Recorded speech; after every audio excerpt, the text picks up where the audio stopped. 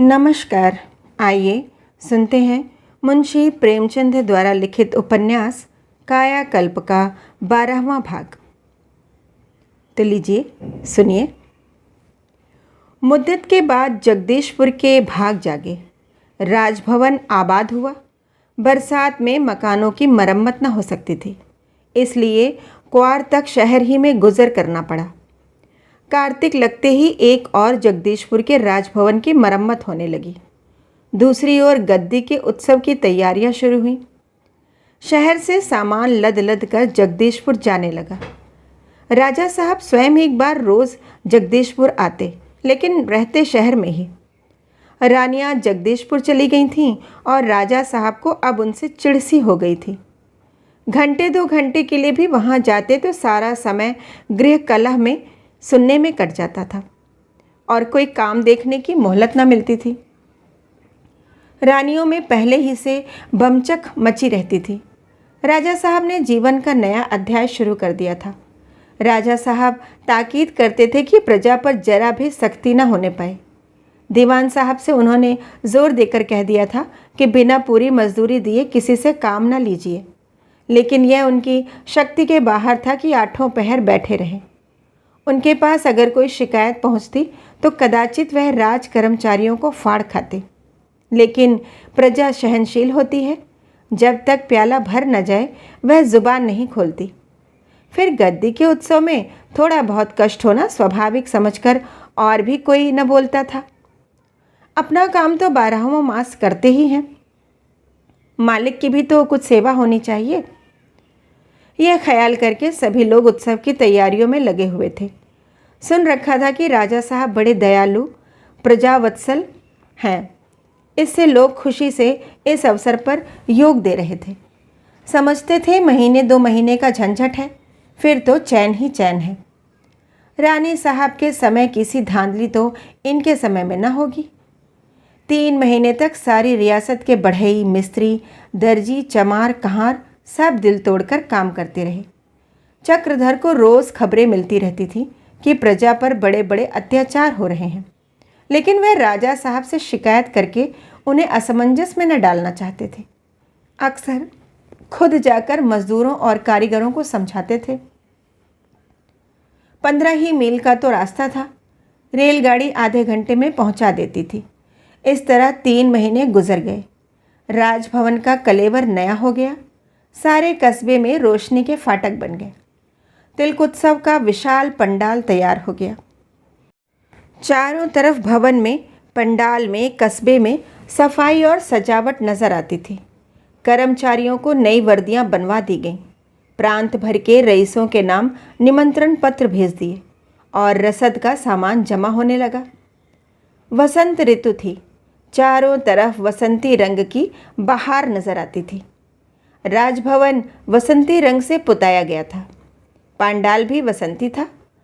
मेहमानों के लिए जो कैंप बनाए थे वे भी वसंती थे। कर्मचारियों की वर्दियां भी वसंती। 2 मील घेरे में वसंत ही वसंत था। सूर्य के प्रकाश से सारा कुछ कंचनमय हो जाता था। ऐसा मालूम होता था मानो स्वयं ऋतुराज के अभिषेक की तैयारियां हो रही हैं। लेकिन अब तक बहुत कुछ काम बेगार से चल गया था। मजदूरों को भोजन मात्र मिल जाता था। अब नकद रुपए की ज़रूरत सामने आ रही थी। राजाओं का आदर सत्कार और अंग्रेज़ हुक्काम की दावत तवाज़ा तो बेगार में न हो सकती थी।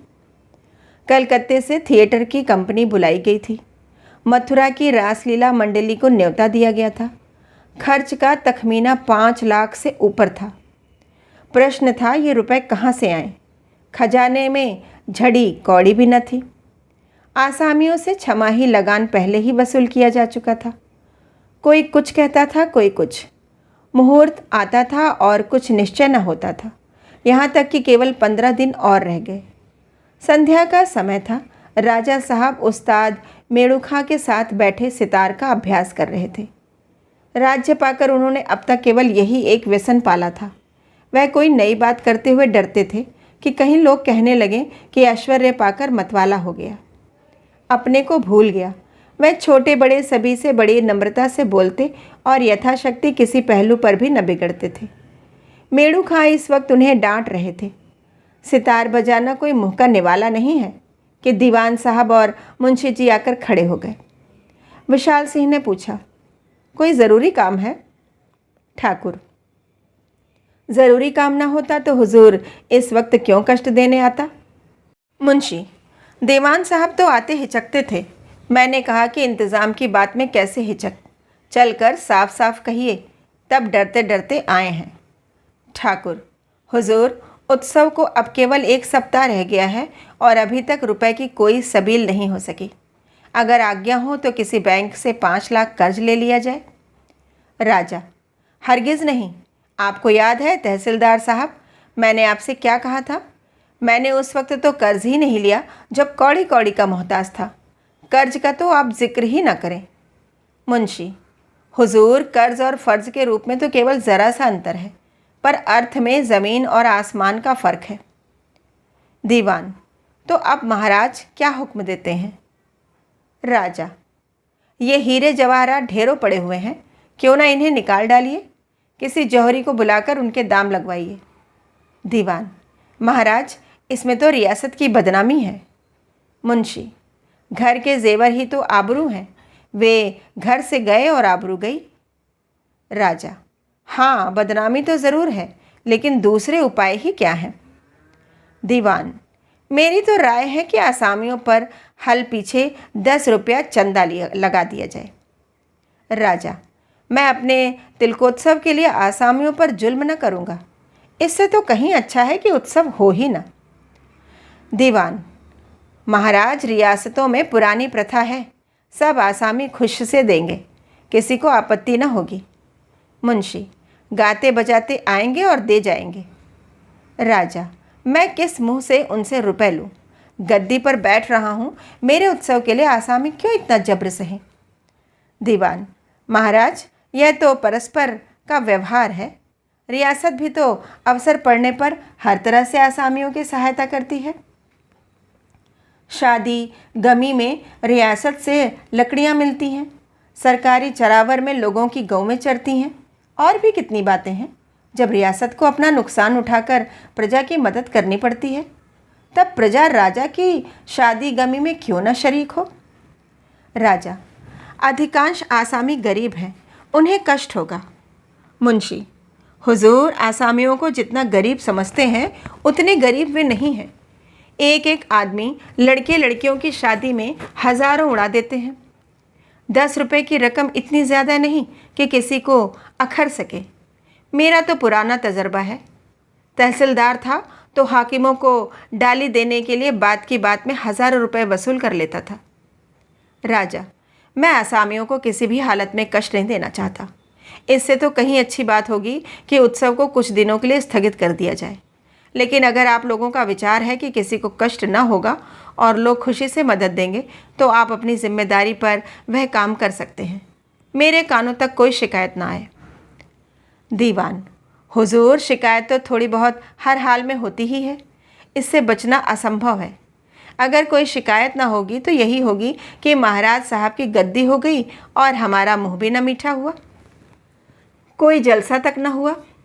अगर किसी से कुछ न लीजिए, केवल तिलकोत्सव में शरीक होने के लिए बुलाइए, तब भी लोग शिकायत से बाज न आएंगे, नेवतों को तलबी समझेंगे और रोएंगे कि हम अपने काम धंधे छोड़कर कैसे जाएं। रोना तो उनकी घुट्टी में पड़ गया है। रियासत का कोई नौकर जा पड़ता है, उसे उपले तक नहीं मिलते, और कोई धूर्त जटा बढ़ाकर पहुंच जाता है तो महीनों उसका आदर सत्कार होता है। राजा और प्रजा का संबंध ही ऐसा है। प्रजाहित के लिए भी कोई काम कीजिए तो उसमें भी लोगों को शंका होती है। हल पीछे 10 रुपया बैठा देने से कोई 5 लाख रुपए हाथ आएंगे। रही रसद, वह तो बेगार में मिलती है। आपकी अनुमति की देर है। मुंशी, जब सरकार ने यह कह दिया कि आप अपनी जिम्मेदारी पर वसूल कर सकते हैं, तो अनुमति का क्या प्रश्न? इसका मतलब तो इतना गहरा नहीं है कि बहुत डूबते से मिले। आप महाजनों को देखते हैं, मालिक मुनीम को लिखता है कि फला काम के लिए रुपया दे दो, मुनीम हीले हवाले करके टाल देता है। हमारी अंग्रेज़ी सरकार ही को देखिए, ऊपर वाले हुक्काम कितनी मुलामियत से बातें करते हैं, लेकिन उनके मातहत खूब जानते हैं किसके साथ कैसा बर्ताव करना चाहिए। चलिए, हुजूर को तकलीफ़ न दीजिए। मेड़ू खां, बस यही समझ लो कि निहाल हो जाओगे। राजा, बस इतना ख्याल रखिए कि किसी को कष्ट न होने पाए। आपको ऐसी व्यवस्था करनी चाहिए कि आसामी लोग सहर्ष आकर शरीक हों। मुंशी, हुजूर का फरमान बहुत वाजिब है। अगर हुजूर सख्ती करने लगेंगे तो उन गरीबों के आंसू कौन पोंछेगा? उन्हें तस्कीन कौन देगा? हुकूमत करने के लिए तो आपके गुलाम हम हैं। सूरज जलाता भी है, रोशनी भी देता है। जलाने वाले हम हैं, रोशनी देने वाले आप हैं। दुआ का हक आपका है, गालियों का हक हमारा। चलिए दीवान साहब, अब हुजूर को सितार का शौक़ करने दीजिए। दोनों आदमी यहाँ से चले तो दीवान साहब ने कहा, ऐसा न हो कि शोरगुल मचे, हमारी जान आफत में फंसे। मुंशी जी बोले, यह सब बगुला भगतपन है। मैं तो रुख पहचानता हूँ। गरीबों का जिक्र ही क्या, हमें कभी 1 पैसे का नुकसान हो जाता है तो कितना बुरा मालूम होता है। जिससे आप 10 रुपये ऐंठ लेंगे, क्या वह खुशी से देगा?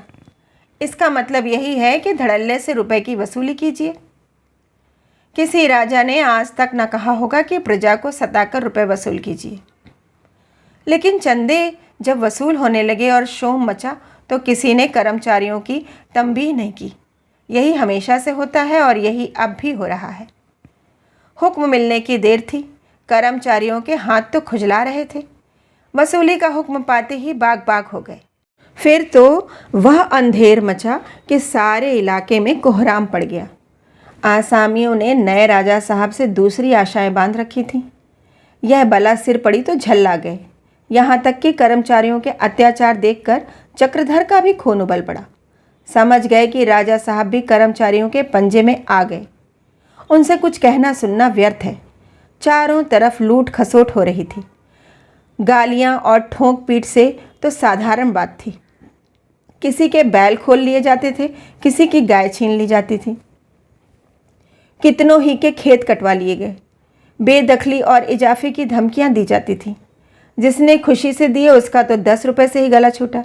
जिसने हीले हवाले किए, कानून बघारा, उसे 10 रुपये के बदले 20 रुपये, 30 रुपये, 40 रुपये देने पड़े। आखिर विवश होकर एक दिन चक्रधर ने राजा साहब से शिकायत कर ही दी।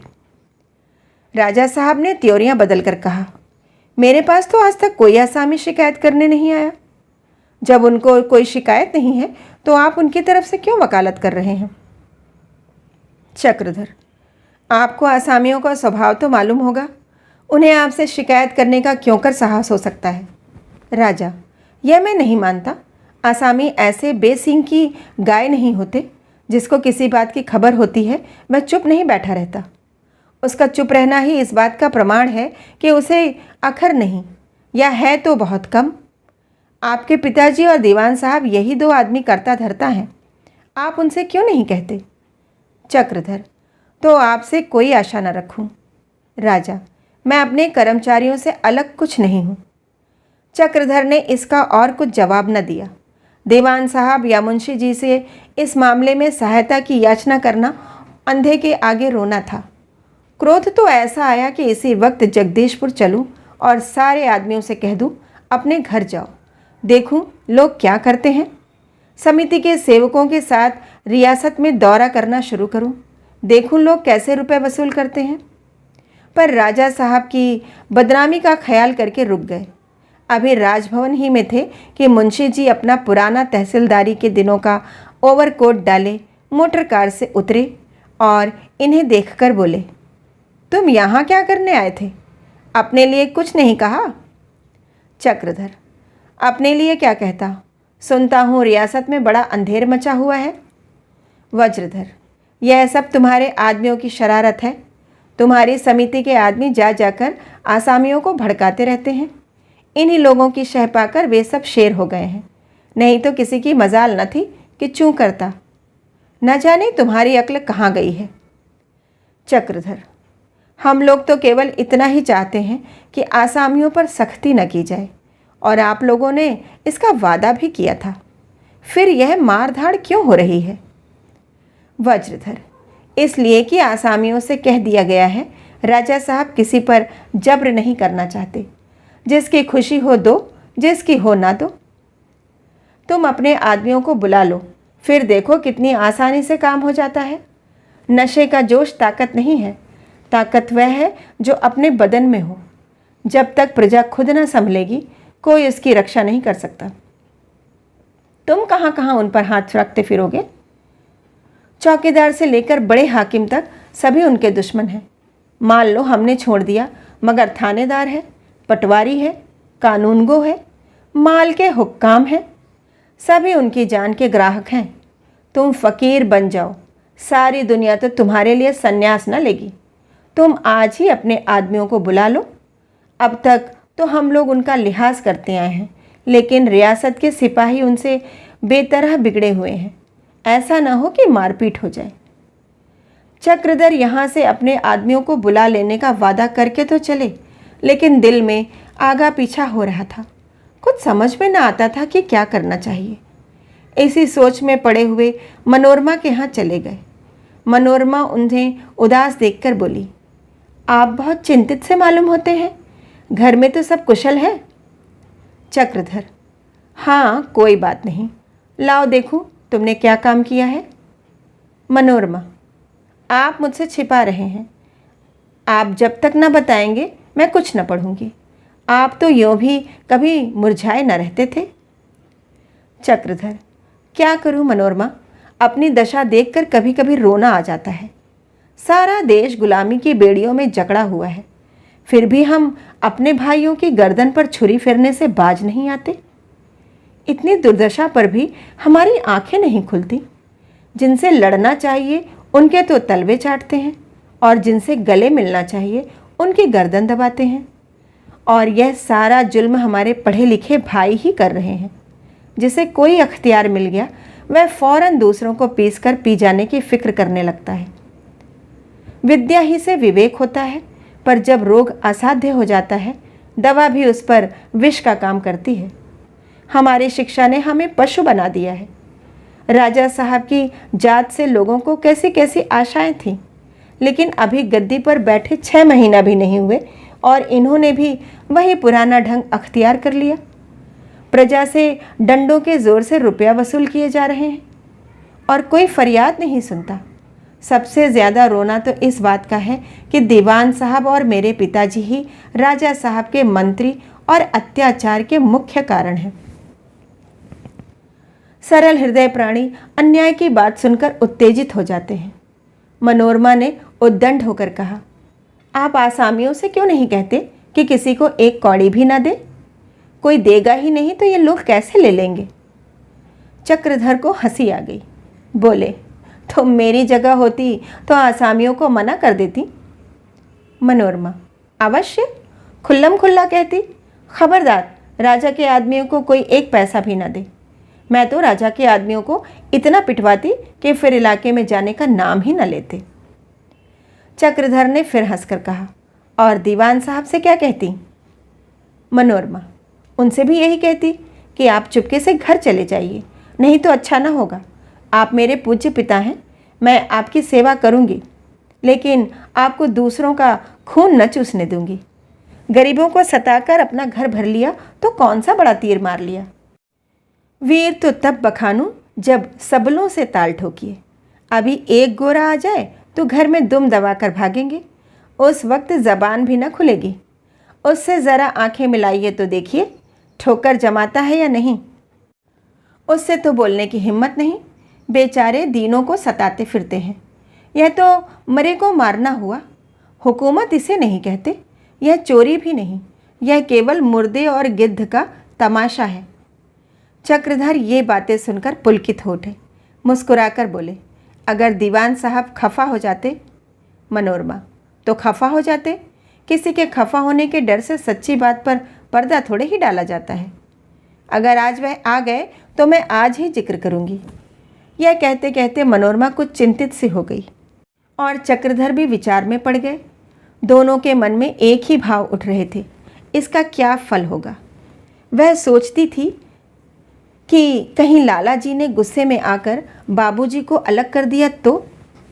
चक्रधर सोच रहे थे, यह शंका मुझे क्यों इतना भयभीत कर रही है। इस विषय पर फिर कुछ बातचीत न हुई, लेकिन चक्रधर यहाँ से पढ़ाकर चले तो उनके मन में प्रश्न हो रहा था, क्या अब यहाँ मेरा आना उचित है? आज उन्होंने विवेक के प्रकाश में अपने अंतस्थल को देखा तो उसमें कितने ही ऐसे भाव छिपे हुए थे जिन्हें यहाँ न रहना चाहिए था। रोग जब तक कष्ट न देने लगे हम उसकी परवाह नहीं करते। बालक की गालियाँ हंसी में उड़ जाती हैं, लेकिन सयाने लड़के की गालियाँ कौन सहेगा। कल फिर मिलेंगे कायाकल्प के अगले भाग के साथ। धन्यवाद।